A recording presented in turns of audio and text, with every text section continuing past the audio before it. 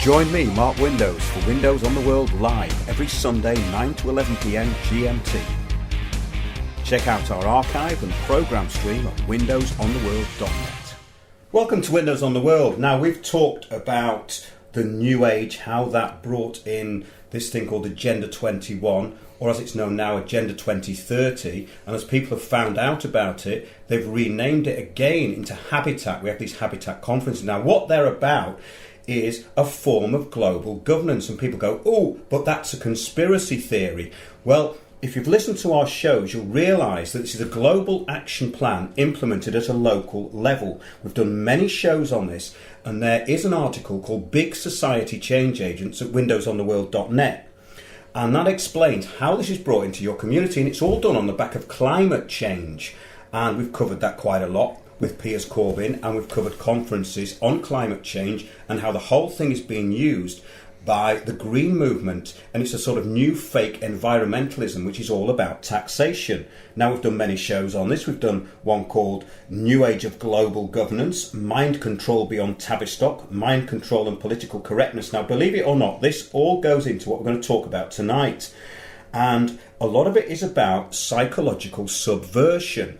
Now, we're going to go into what that really is and go to the people who actually know what psychological subversion is, and they would be the KGB.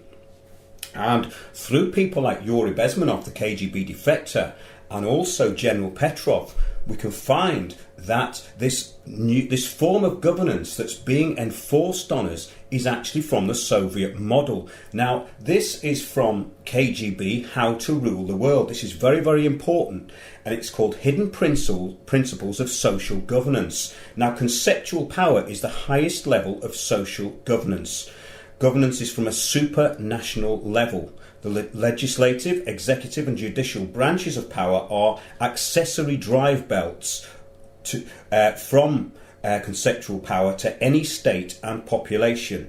Now, they go on to state that any state involved that does not understand this, does not understand the situation. Now, states are not governed by presidents or governments, and there is no word for the subject of governing. Very interestingly, people like Yuri Bezmenov state that when people talk about world governance, they are merely referring to something which is there for people who know a certain amount. But what we're going to talk about tonight is this structureless governing. Now, structureless governing means that there is no actual name for this governance, and this is going on globally. Now, to bring things into perspective, I want to mention this YouTube video called Concept of Public Security by General Petrov. And he states as a throwaway in there something about the Rio 1992 Earth Summit, which is where a lot of these sort of policies were brought in, these policies which were affecting everybody, which are costing pensioners 20% more on their tax bill, on the taxation through the green agenda, on their electricity bills, etc. And he states something which puts the whole thing into perspective, because when this UN Global Action Plan came in, it wasn't accepted and it wasn't binding. It's now become binding through the Kyoto Principles and the way it's been actually taken into global governance.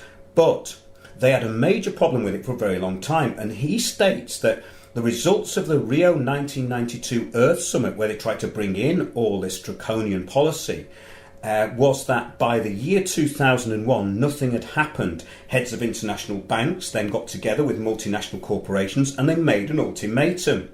They said, we will solve all problems of rich and poor countries if you submit to us in undivided possession of all the infrastructure that ensures the livelihood of people. So let's say that again, because this is extremely important. The banks and corporations stated, we will solve all problems of rich and poor countries if you submit to us in undivided possession of all the infrastructure that ensures the livelihood of people. Now, this is extremely important because without that knowledge, it's very hard to see how this global unstructured governance would come into play. And we're going to talk about, again, and we've done this quite a lot, about how this goes into what affects you. at a local level. And what we have to also take into consideration is that this is psychological subversion. And I'm just going to read a little passage from a book that came out in 1979 by Martin L. Gross, and it's called The Psychological Society. And he stated then that the scientific study of the human mind and behaviour, this is the first chapter. The citizens of the psychological society are the most anxious, emotionally insecure and analysed population in the history of mankind. The major agent of change has been modern psychology. It is an art, science, therapy, religion, moral code, lifestyle, philosophy and cult. It sits at the very centre of contemporary society as an international colossus whose professional minions number in the hundreds of thousands. The contemporary psychological society is the most vulnerable culture in history. Its citizen is a new model of Westerner, dependent on others for guidance as to what is real or false. This is very important because we've covered what we now call the post-truth world, and this is very evident in the Soviet system of subversion. For instance, they have a lie which is presented to the public. That public is split into two lies, lie 1 and lie 2. Lie 1 could be atheism, lie 2 could be organised religion. But the priest class and the initiates know that those are merely control systems. They're part of this governance. So we're going to go into structuralist governance, what it really means, and how we are being led into a completely communist Soviet model. Now, I've got a few quotes here. One's from Norman Thomas. This is from 1948, and it's from an interview during the presidential campaign, and he stated, "The American people will never knowingly adopt socialism, but under the name of liberalism, they will adopt every fragment of the socialist program until one day America will be a socialist nation without knowing it happened." Now, Norman Thomas made that statement in 1948. Let's go on to another Norman now, Norman Dodd, who served as an investigator for Congressman Reese's special committee, which ran from 1952 to 54. And it was about tax-exempt foundations. Now, this is very, very important as to what we're going to be talking about, because the rise of NGOs, non-governmental organisations, is a huge part of what is called structuralist governing. We're going to call it structuralist governing because that's the only way it will make sense, because nobody out there will believe that this is a tool of government, and it is a tool of government, what we're going to be talking about today. Now, Norman Dodd stated that the tax-exempt foundations steered orientation of the education system away from the US Constitution to what we now have, the Common Core system in the US, and we have it here in the UK. And these principles are being implemented globally. This is now completed, and the foundations involved include the Guggenheim, Rockefeller and Carnegie institutions, who have steered education from the 1900s to the present day. Large-scale industry would be administered as a unit, and they would be the beneficiaries of this new communism. This is extremely important, because when people talk about communism, they think it's the state. No, this new form of communism is actually run by corporations. And that's very important with what's going on locally in your area. Take, for instance, regeneration.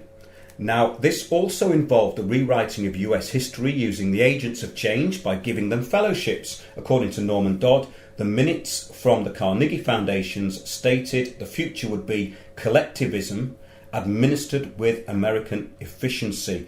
Now, what we're talking about here is collectivism, and we're going to talk about how this new form of global government is taking hold at a local level, and it's being done through these organisations known as community interest groups and also community interest companies. And they train what are called change agents. These people, you've heard the slogans, haven't you? Obama got elected on it. Change. What was he talking about? What change did he actually mean? They never tell you what the change is. And you can go to any of these organisations. You can look at Locality, Unlimited, Power to Change is a new one. That's an umbrella organisation. And there's community organisers. We have community organisers here in the UK. And in 2011, it was announced by a change agent organisation that the result of the cuts that were being imposed by the government would be one of anger. And the degree of that was yet to be realised. And the idea of this big society, as they called it then, which is now carried on into something much bigger than just the big society, it's at every level of governance. They were stating that in order to control the narrative, they would have to stop any form of dissent before it took hold, galvanise the energy before any dissent took hold. And that's called controlling the narrative. It's a military intelligence term, and it involves the 4 Ds: deny, disrupt, degrade and deceive. Now, if you've ever been to a council meeting, you'll know what I'm talking about, because you may have come out of there, if you've been a bit rebellious and made a point that they don't like or brought up something uncomfortable, something may have happened in that meeting and you've come out and thought, well, I can't really understand what's going on there. They've used a thing called Delphi Technique, which was invented by the Rand Corporation in the 50s. Look it up on YouTube, there's lots on it. And we've done several shows on it. It's a way of controlling what they call group consensus. For instance, myself and Piers Corbyn were down at the regeneration meeting for the Elephant and Castle. And there was a facilitator there and a co-facilitator there. And they basically told us what we were going to get. They were going to listen to us, but we were being steered. It's a bit like sales. So, you know, when the Windows salesman comes round and you can't get rid of him, and he says, look, we've got these 2 windows. Now, this one is £1,300 and it'll take us 3 weeks to deliver. But we've got this one on offer today at £1,100. You can have it fitted tomorrow. This is basically what the Delphi Technique is. It's closing doors as you go along, shutting down your choices until you get 1 or 2 choices left. And then it goes down to no choice, the one choice, which is what they steered you into. And we saw this happen with the Occupy movement, which was taken over by all this. We've reported on that. We've done many films on it. And we're going to go in today to how this is affecting people at a local level. And I'm with Sandi, who is on our show called New Age of Global Governance, and has been looking to this thing called Agenda 21 for many years now. Not many people know what Agenda 21 is. Look it up. It's a 40-chapter document which came out of the United Nations. It's a new way of governance. It's actually a new way of structureless governance, but it's all being done through the United Nations and your local council. Your local council's in it up to their necks. You will have people in there called change agents. You will find out that your local council is linked into an organisation called ICLEI, I-C-L-E-I. Look that up. That's International Government, Local Government for Sustainable Development. So no matter where you are in the world, you'll have a link to that organisation. So we can now prove that it's not a conspiracy theory. And we're not talking about something like flat earth here. We're talking about documentation that is available to you online, and it's going to affect your life in the years to come, and it's already affecting your life. It means huge taxation and loss of rights. So we're going to talk about how this is being implemented locally. I'm going to welcome Sandi along. And Sandi, can you tell us how you first found out about this global action plan that was being implemented locally? Well, it's I've always been interested in Agenda 21 and the fact that it's even in their own documents they say they're going to bring it from global to national to local, and I was quite interested to see how they were doing that. And what I've noticed in my own locality, there's certain building where there's certain institutions that are being used almost for a political agenda, and we started looking into this, and there's various organisations like Unlimited, Locality is one of them, and I just looking even at their own websites. Locality, for instance, say. Anchor organisations play a facilitative role in their local neighbourhoods, often acting as a hub for community groups and organisations in the area, in many cases literally housing these groups, as well as providing much needed space for micro and small businesses within their community buildings. And they say things like, a strong and diverse membership, we will significantly grow our membership, reaching out to community organisations who share our vision and values, and ensure that members feel proud to be part of Locality and have a significant impact in shaping our work. Now, what these organisations do, these NGOs, who are all really behind Agenda 20, the whole thing is to roll out Agenda 21, is to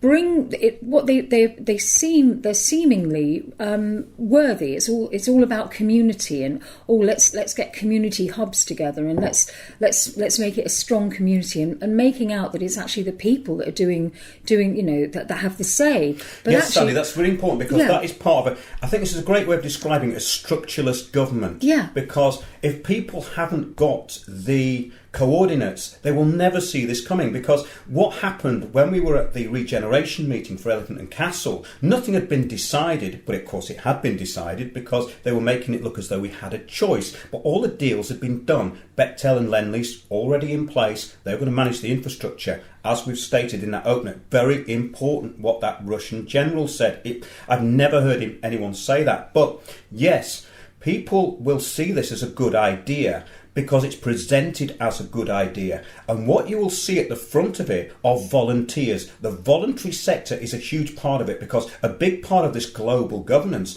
and a big part of social equity and social justice is that everybody has the same. In this case, nothing. What it's about is global poverty enforced locally. So getting people to work for nothing is a huge part of it. And what you'll see in these community hubs is little old ladies running around being really nice and helpful. You'll see people having tea. You'll see a diverse and vibrant community. This is what they like to push, you see. Now, what is actually behind that are the people enforcing an agenda. And people go, but what agenda could possibly be being enforced? Well, it's the one I've talked about. It's basically about taking away your rights on the back of a benefit. Everything is presented to you as a benefit. So what you'll find is that things will actually get more corporate. You'll think, well, wait a minute, we used to have our own... Join me, Mark Windows, for Windows on the World live every Sunday 9 to 11 p.m. GMT. Check out our archive and programme stream at windowsontheworld.net. Businesses, but they say that they help small businesses. They don't. They're not interested. They're interested in Starbucks and all the rest of these corporates that come in and take over. So everything, we're talking about a uniformity here that's being imposed everywhere. In other words, London will be the same all over. So why do you want to go from north to south London? Think of your carbon footprint. Why would you want to be going that far? You've got everything you need. You've got your eye scanner, your mini Tesco, your gated community, and you've got your transport hub. And if you want to go and visit your friends, you've got your bike. And that's what it is. It's about taking away choice. Now, a lot of people think that's a really good idea, and it's presented as a good idea. Now, the next thing I was going to ask you is, how would you convince people it's not a good idea? That's a difficult one. It is, isn't it? It's probably the most difficult one, because most people that I speak to locally, there are some people that are beginning to see the reality for very good reason at the moment. But a lot of people see this as a really good thing, because on the face of it, it looks as though they're doing something for the community. But in fact, they're using the community to push in their political agenda. And it's quite subversive the way they do it. For instance, they use a lot of volunteers. There's paid people who actually are paid in these places. There's one locally here, and it started off as being a really good idea for the local people, particularly for young people, and then slowly but surely it's become corporate. And a lot of people are beginning to question now, because it was almost split in two, the place near me. It's and they brought in a corporate sort of cafe bar, which actually is making a lot of money. And so the people who are running, the volunteers who are running the community garden, for instance, if they wanted to open a cafe in the summer, a pop-up cafe, they weren't allowed to, because so it's you wonder what is it serving. And you've got a lot of people in there with political agendas pushing a narrative that is not really in the interests of the people. It's actually a political narrative that's in the interests of global governance. Yes, what a big part of this is through the George Soros type groups, which he funds hundreds of them. You can find those online. And this is why Soros has been kicked out of Hungary, basically, and the Polish don't like him either, because he's subverting governments. He's bringing in this form of communism by empowering what he calls minority groups. Now, a lot of these groups, so-called groups, aren't groups. They're created. So it's all about identity politics. So in other words, it's not about community coming together. It's about division. It's about going first and saying, first and foremost, and you hear this a lot, first and foremost, I'm a black person. First and foremost, I'm a lesbian, right? Now, that should be secondary. First of all, you're a human being. Secondary, you can have your identity. You can associate with your identity group. But what they're doing is making these groups militant by stating that they have to have power over other groups. And if other groups don't agree to that power, they're causing friction. This is all part of what I wanted to get onto as well about the Saul Alinsky rules. Now, this was announced by David Cameron that these would be used against people. And that's what it is. It's a psychological war. And that's why I brought in that issue about the psychological society and how people have been mind controlled into political correctness. And this is like the emperor's new clothes. People are so scared of standing up against it and being labelled that it's created a climate of absolute fear. And the way to break through that is to always stick to the issue, because when these groups attack, it's never about the issue. It's usually an ad hominem. It's a personal attack against a person. So this is quite insidious stuff, really. And when you look at Saul Alinsky and his rules for radicals, you can see that they are about subversion. They are about identifying weak points in the enemy. And basically, you have to be able to understand what these rules are. And we can go through those a bit later, or we can put them up on the screen. We don't really need to go through those, but everybody should be familiar with that Saul Alinsky principle. And this was told to me several years ago by somebody in South Wales, and he was adamant that all of this was going on. And I was at first quite sceptical as to the extent of it, but when I looked into it, I was quite horrified by the fact that it had been implemented and was embedded just about everywhere. I lived in a borough of North East London called Waltham Forest, and I saw these people coming in. And we're not just talking about Antifa here and these kind of lunatic fringe groups that want to destabilise society. This is more subtle, but it's on every level. But the agenda and the tactics are the same. They're exactly the same. And they start by empowering groups that aren't groups. They start with division and they come in with the solution. And this is basically how it's done. And it goes into also organisations that are used.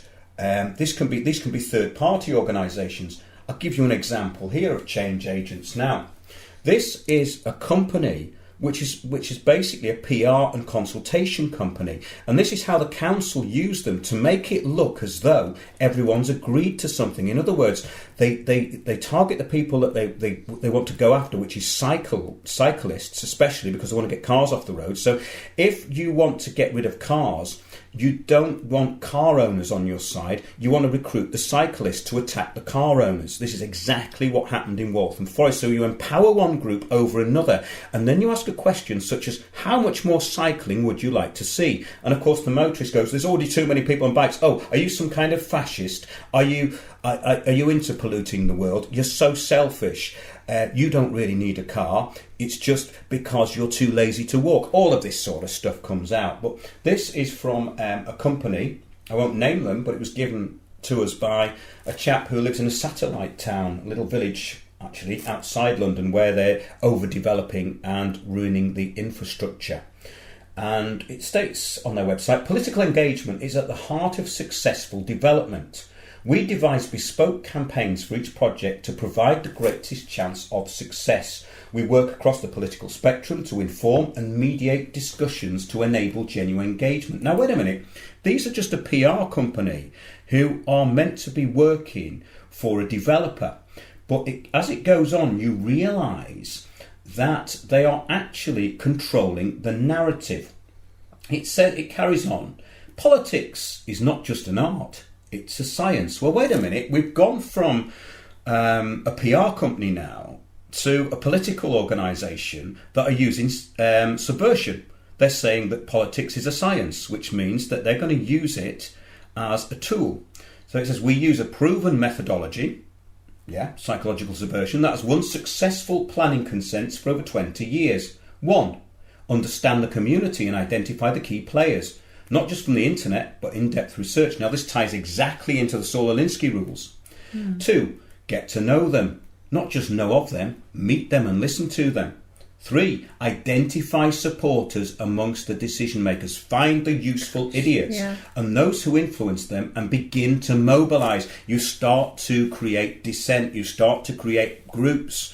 You start to find that one group has been formed. Nobody's opposed it. That group is then in charge. That can be the cyclists. That could be people who are pro the development, saying we want to welcome people into the area. It can be that. The other people are going, no, but the infrastructure is going to be ruined. Oh, but you're a fascist and you're right wing and you're the rest. This is how they do it. All Saul Alinsky rules. It says broaden the consultation to engage the wider community in the process. Be innovative. Not just a few exhibition boards in a drafty hall. Proactively engage the media. That's what they do. They get their useful idiots in front of the cameras. They did this in Waltham Forest. They had Clyde Lokes, who was incredibly, he was, I'll never say he was popular, but he was incredibly unpopular after the implementation of a thing called Mini Holland, which was basically closing all the roads on the back of getting rid of cars, and it's caused tremendous problems there. We've done loads of shows on that. I won't go into it, but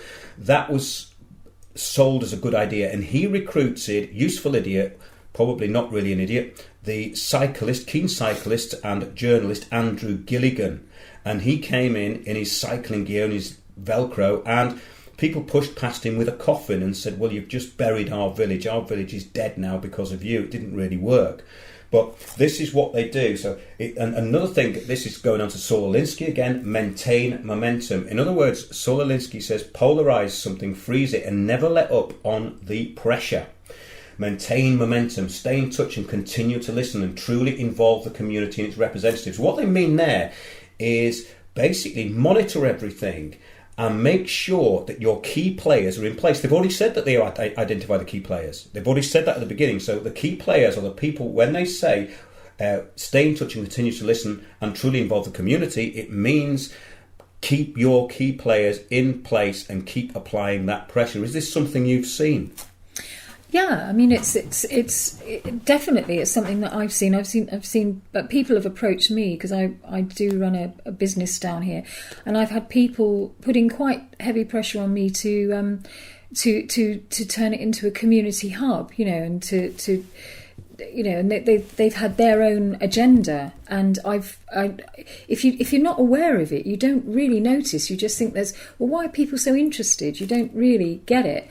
But there's people that are really driven to push this agenda through, and they're relentless. And I've had phone calls from people saying, "Oh, why don't you just purchase the property through the Localism Act, and then we can turn it into a community hub and do all this sort of stuff." And it's only now that I've actually done my own research into Saul Alinsky and the rules for radicals. You realise that it's actually it's a program. It's a program of just trying to get property in the hands of change agents, really, and who are going to use it for their own political agenda. And it's something that I've realised that they are quite relentless in the way that they behave. Yes, I think this is the thing that people will probably pick up, and the thing that will stand out, because these people are very radical, and when they're opposed, you'll see a different side of them, and they will use the word change a lot. In other words, you just don't want change. We can't stay like this, we have to change. They won't tell you what the change is. And you'll find a high level of programming within those people. Ironically, in the Saul Alinsky rules, it says use humour against the enemy. Well, what's really interesting about all this is the people who are trained into this sort of communitarian /communism program, that's being enforced is that humour is very much bypassed, and they do not know how to engage with humour, which is why I think that there's more of a military intelligence angle to this, because with the military intelligence tactics of deny, disrupt, degrade, deceive, or deny, disrupt, degrade and destroy, they do not allow for humour, because humour is a grey area and it can be misinterpreted, and what they don't want are grey areas. So what they do is they stick to absolutes all the time. You're this, you're that, you don't want change. They don't really go into humour, and I think that's a very good tool that can be used when you're in these situations, even if it's just to highlight to people what's actually going on, because they don't respond to humour in my experience. Yeah, no, I think you're right. They take themselves very seriously, and they get offended a lot, which is quite interesting. They seem to take offense. They like to play victim constantly, and yeah, it's a difficult one really, because if you're not aware of this agenda, it's very easy to get fooled by it and to trip up and to go along with things, or to be bullied into stuff. Because that's a tactic they use. They have this total I want to say resilience, which is one of their buzzwords actually. That it really is a thing that they use to get people on side, and they use political correctness over and over again to get over their to get their way basically, and it's all about pushing this political agenda, which is really underlying it all, and using the Delphi technique, particularly in planning and stuff in local councils, is fooling people into thinking it's their idea, whilst they're being drawn into this predetermined outcome. Yeah. Exactly. It's just it's very clever, and if it is really important to be aware of all this stuff, because otherwise you really are going in without the tools you need to understand it. So I think that really the best you can do is read up on it, read the rules for radicals, because then you know what their plan is, and it's silly really, because it's totally divisive. It destroys communities. It doesn't bring them together at all. And that's what they want to do. They want to have everybody pitched against each other. And I'm noticing it here, with volunteers beginning to feel a bit sort of, used. And, why are some people paid and some people not? What is really going on in these communities? And, why is it not really working for the community? And a lot of it is they're raising money, but they're actually for-profit organisations. So that's a big sort of woolly area. Don't really know what's going on with these places sometimes, and I've decided to look into a lot of the stuff locally to find out what really is going on, because I think there's definitely there's big gaps in the understanding of what they're really doing for some people. But if you do understand the structure that's being used here, which is really, it's extreme socialism, and it doesn't work. It doesn't work, and it certainly is destroying communities. Yeah, I think that it's interesting, because when I describe these tactics to even communists, they go, it sounds like corporatism. They say it sounds like capitalism. Well, it is. This is the whole strange thing about it. It's actually got a corporate structure. It's a very, very intolerant system of corporate governance. And when the UN say no one will be left behind with their global action plan, it's exactly what they mean. It means that you will not allowed to be part of this so-called community unless you are in full accord with it. So in other words, that's why they have to destroy all opposition. And this is where it becomes obvious, because you will start to see them getting extremely militant about things which should be up for conversation. They always go on about consensus. Well, consensus doesn't mean everyone agrees. It means everyone appears to agree. They're two very different things. So what this is about is subversion. It's getting people to believe that they agreed to something. And the whole outcome of this is huge taxation, poverty, loss of rights and loss of travel rights, loss of property, all of these things which actually keep society or keep people going, even if it's on a treadmill, to believe that they can achieve something. So when they talk about entrepreneurs, in their own words, it says, they're talking about so-called social entrepreneurs here. States on their website, we support individuals directly, not their ventures. Now, wait a minute. If I use something like Dragon's Den as an example, say I go on there with my idea, they're not particularly interested in me. They're interested in the way I put it across, but they're interested in whether they can sell the idea, the entrepreneurial idea. The concept is what they're after. I need to present it in a clear way. I need to have done my research. These are all givens. These are all important things. But what they're saying is the opposite. They're saying we want somebody who's entrepreneurial, who we can change to be one of our entrepreneurs.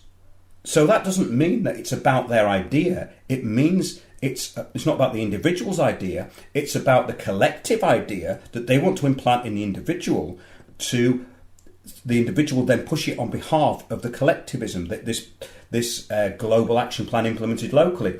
Now that may sound like a big conspiracy theory, but if you listen to our stuff, it's not. This is exactly what they're doing. And I've seen the results of these policies, and the people in Waltham Forest who thought this was a good idea because it was presented as mini Holland, it was presented as, al fresco dining, all the rest of it, now cannot even get in or out of their own streets.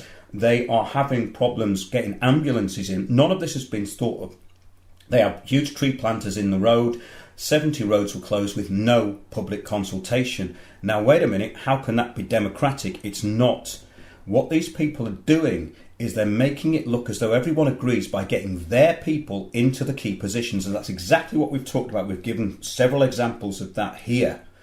And it goes on and on and on, this stuff. I mean, it says community organising is the work of building relationships and networks in communities to activate people and create social and political change through collective action, which is exactly what we've been talking about. Community organising is the work of building relationships. In other words, getting your people in there as the key players.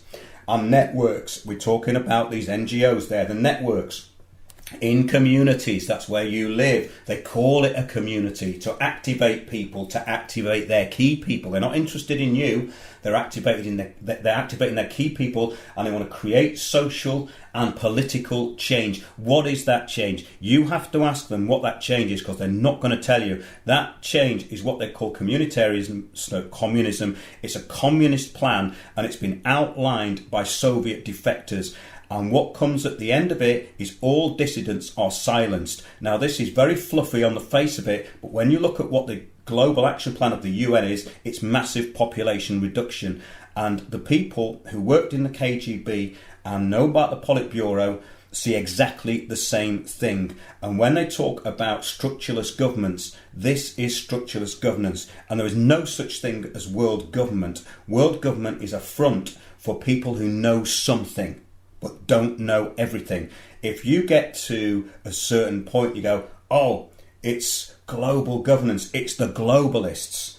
No, this is all done where you won't really notice its governance. Otherwise it won't work. You can't have a government that big. You've got to have a very, very sophisticated but simplistic template which you impose, and that's exactly what this is, because it's quite a simplistic template, isn't it? Yeah, absolutely. There it is. I mean, it's funny because people are very confused between capitalism and globalism. Do you find that, Mark? Yes. Yeah, because they say, but if you if you're a capitalist, you must be a globalist, or they seem to be against globalism, but there are a lot of people I know are supporting the globalist agenda without really realising it. Well, that's the whole trap of it. It's doublethink. They're supporting the very thing that they believe they're fighting against, which is the genius simplicity of what this is. And trying to get that over to someone is incredibly, incredibly difficult. But what I'm finding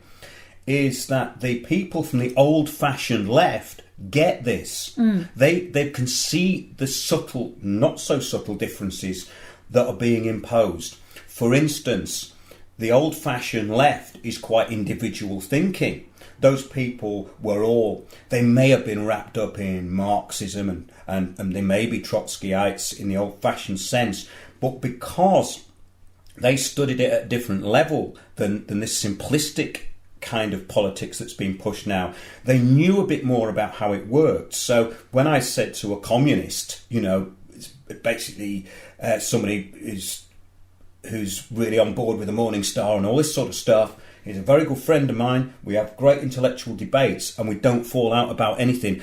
That's the difference. You can talk and get your point across and they will answer intelligently. My friend said, sounds like capitalism. I said, it is capitalism. It's corporatism, but it's basically done on communist principles, but it's done on the worst kind of communist principles. It's done on the principles of absolute servitude to everybody, to this global governance, which nobody can see. Yeah, because basically it's a vision of the world being run by corporations, yes, which is exactly what the aim is, so that we are all literally standing under corporations and we will be slaves to corporations. That's what the vision is. And the minute you actually get that across to people who really think that it's some kind of capitalist plot, it's not. It's a very clever corporatist globalist plot in order to gain global governance over the people. Yes, we have to go back to what General Petrov said in that video, concept of public security. I think it's worth going through that one more time because this is so key. And it was a throwaway statement that he made because he knew his speech was all about how this really works. Not how we're told it works, how it actually works. In other words, there is no big global conspiracy. It's structureless. All of the work that's being done is being done under the surface. You will never know about it. You can go, oh, it's the banks. Yes, it's the banks, but how's it being imposed? As he said, the result of this Rio 1992 Earth Summit, where they wanted to bring in these draconian policies, which very, very cleverly co-opted all the people who wanted to do good for the world. All of the green movement got on the back of it and they were totally co-opted along with all the New Age movement. We've covered this and it's all in UN documents. The UN openly states that this is not an environmental programme. What they're enforcing has nothing to do with environmentalism. They clearly state that, but people are too lazy to find the quotes. We've got the quotes in some of our shows. If you look at the New Age of Global Governance, I think it's in there. However, as a result of this Rio Earth Summit, by 2001, nothing had happened, and the heads of international banks, that's the IMF, and we've got to remember that the IMF is an agency of the United Nations. The World Bank is an agency of the United Nations. And we have to also remember that the UN is above international law and cannot be prosecuted. That's in their charter.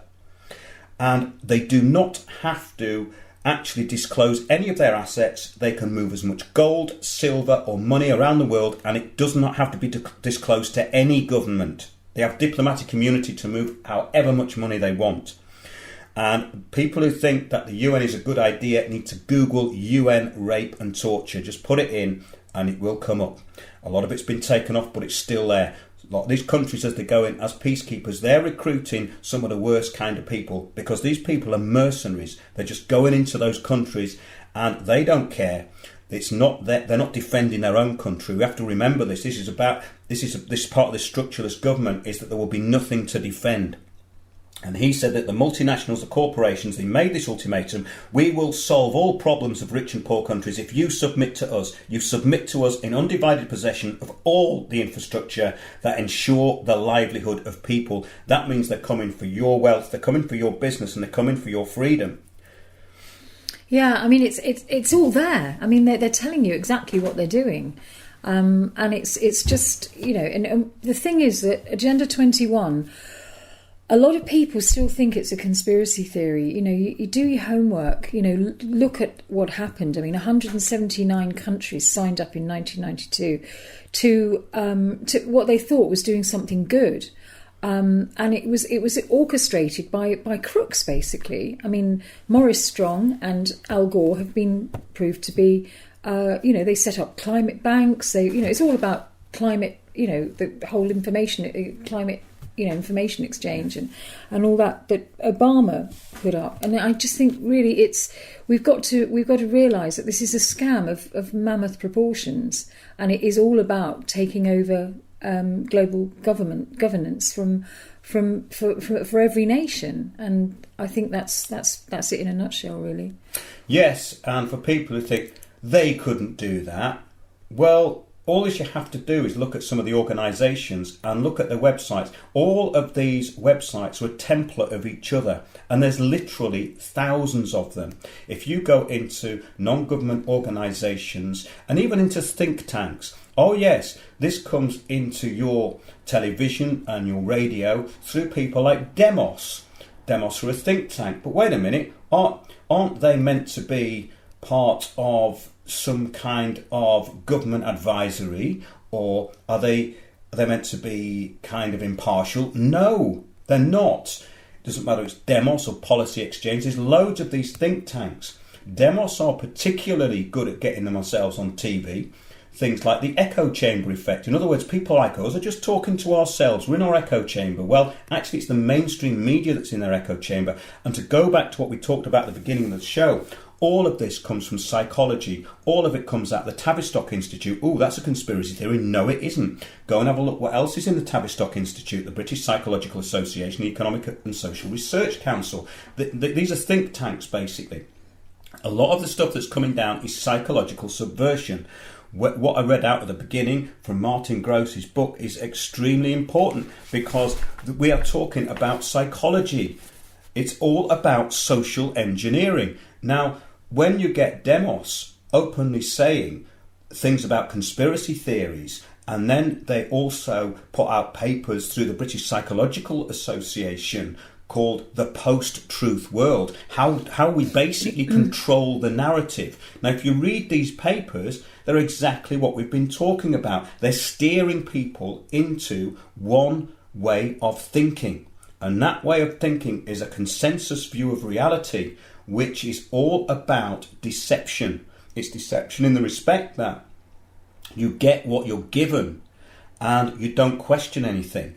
But they sell it as community. Let's have a look what it says here. Locality is a key member of the International Federation of Settlements and Neighbourhood Centres. Have you ever heard of that? Well, these are the people who are being trained in your community. These are the people who are getting grants, setting up community interest companies.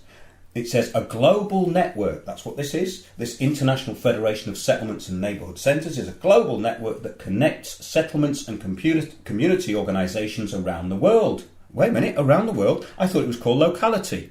That's interesting, isn't it? So it's a global thing. To local, it's all there. Exactly. Yeah. And they go through an organisation called Power to Change. And if you look at this stuff, it's a template that's all over the world. Its mission is to help build an inclusive global community. Oh, inclusive, that just means everyone's going to have to think the same, because nobody's going to be left behind. Think about that one. And in Common Core education, kids are being told basically that education is not complete until attitudes have been changed. That's straight out of 1984, but it's Common Core education. So that is propaganda and brainwashing. So it says it's to help build an inclusive global community by empowering, inspiring and connecting people who are working locally for social justice. Now, social justice is about having no rights. It's about the reduction of rights. If you look at the articles of the Human Rights Act, they basically state that you have rights as a person before the law, not as a human being, not as a sovereign, but as a person. You have rights as property under the law. Because a person is property. You are property. And under this system, you have no rights. For instance, under the Agenda 21 principles, a group of rocks on a mountain that may have been there for several years has rights. They have the same rights to be there as you have. And when people talk about animal rights, that's great. We all want animals to have some kind of right to exist. We don't want animals to be treated cruelly. But the animal rights thing is not about that. It's about reducing our rights. And this is what people find hard to get, because the social justice and social equity basically mean the reduction of all rights. It means that we live in a police state, and we've proved this on our recent shows with exactly what's happening with the CPS and the police burying defence evidence. In other words, you have a right as a person before the law. You don't have rights before the law. You have rights that they grant to you under their own system, which is a system of total global governance. And when people say to me, we don't live in a communist country, try going up against it and see what happens. Try going against the change agents, as I have done, and see what happens. Ad hominems, hatred, and actually undermining of everything that people would hold good about you. That's what happens. These people mean what they do. They're very highly trained, and they're trained in the Saul Alinsky rules for radicals. And this may sound a bit scary to a lot of people, but wherever you are in the country, go down to your local village hall, have a look what's going on, have a look what they mean by a community hub, and see what that is. It's a corporate infrastructure that's been put in. It's something to control the narrative. I know that this is happening because I've seen it happen to independent venues that have been shut down and taken over in the most radical ways which people would not believe, and they're doing it through psychological subversion, and it's all about psychology. Your mind is being reframed by everything that these people talk about, but it's a template, and all templates can be busted. So, in conclusion, have a look into the template and see what you can do to bust it. Anything else to say, Sandy? I think you've done it really, Mark. It's you've done amazingly. You've really knocked it on the head. Really, it is what it is. It's there, and look at. If you can all look into your local councils as well at what's going on in planning and in decision making, you'll find this Delphi technique is being used all over the place. And Agenda 21, sustainable development, let's not forget, is in just about every local council in this country. So if you can look into your local council and see where sustainable development is being, the issues are coming up, and you just question and arm yourself with a bit of knowledge, because it is an agenda that is there to take away your rights and freedoms whilst pretending to do the opposite. So please just look at it and do your research. Yes, I just want to finish off with something from a blog that I found, which is great, and I'm going to link it to this podcast because it very succinctly puts the rules for radicals in their place and talks about what they're really doing here. And it's got them on the Saul Alinsky rules. It states progressives, which is what these people call themselves, exploit the weaknesses inherent in the system, made weaker by pitting opposing forces against one another. Now that's the two lies that are pitted against one another. So it's cyclists against motorists. It's black against white. It's whatever particular divide and rule strategy that they want to use. Right against left. That's a good one.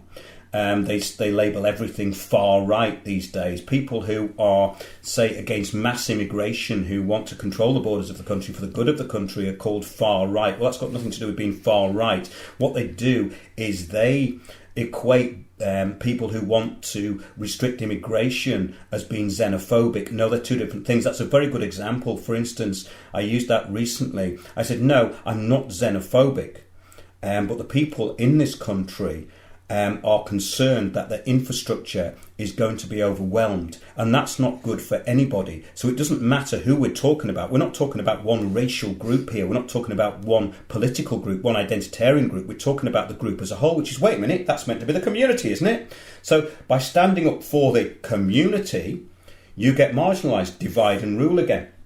So they attempt to end-run constitutional rights with social contract and dialectic consensus methods. What we've been talking about. Alinsky acts engaged in large-scale social engineering, attempting to unfreeze a society using chaos and to then refreeze it into a new predefined shape. This is the Soviet model. You create chaos, you destabilise it, and then you normalise it. And the normalisation, as the Soviets stated, Yuri Bezmenov, the useful idiots, the people like Antifa, the leftists who've supported this will be the first to go because they cannot be trusted in this system. They have been used as useful idiots, and then they recruit the rich people who will look in your eye and will actually lie to you. Those are the people that they look for. The people who they use to destabilise the country or the society are the first to go. That is part of their Soviet system. So this is very important. So these people who are lining themselves up and taking over your community are going to be the first to go. They're not going to be trusted in any positions of power, and they're going to get really angry because they thought it was all about them. And when they find out it isn't, they're going to get angry, so they have to go. Look at Yuri Bezmenov on YouTube. Psychological subversion, idealistic psychological subversion, and it will tell you exactly what this system is actually all about. But they're describing it as the old Soviet system, but that is the model for the new communitarianism. So it says the main goal of Alinsky Act is to cause social instability through subversive and divisive rhetoric. Again, what we've just been talking about. The purpose of exposing the Alinsky method is to equip the next generation to identify and defeat these divisive tactics. Many people aren't even aware that they are being manipulated. In essence, weaponized against their fellow man. And this is what they're doing. Divide and rule, divide and rule. That is what all these fake groups, well, in my opinion, they're fake groups. Britain First, Tommy Robinson. These are set up fake groups like Britain First, to divide Christians against Muslims, to cause so take your eye off the ball so you miss where the actual shot's coming from. It's just misdirection, that's all it is. And it's being played out by these puppet masters. So people are being forced. So if you care about your country and you don't want mass immigration and you don't want Israel's wars, then you must be some kind of right-wing extremist, or you must be a racist, you must be a xenophobe. No. Let's stick to the issue. Make sure that you polarise the issue, because this is what the Saul Alinsky thing's all about. You polarise and use back on them what they're trying to use against you. And it's actually quite satisfying, because what you'll find out, this is a template. And once you find out what the template is, it's actually quite easy to defeat it.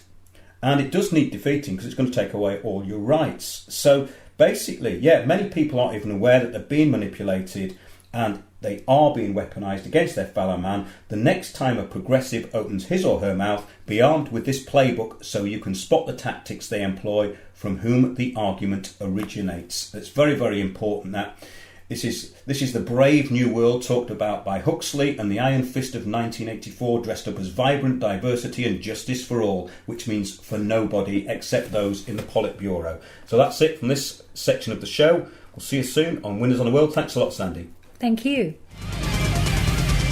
Join me, Mark Windows, for Windows on the World live every Sunday 9 to 11 p.m. GMT. Check out our archive and programme stream at windowsontheworld.net.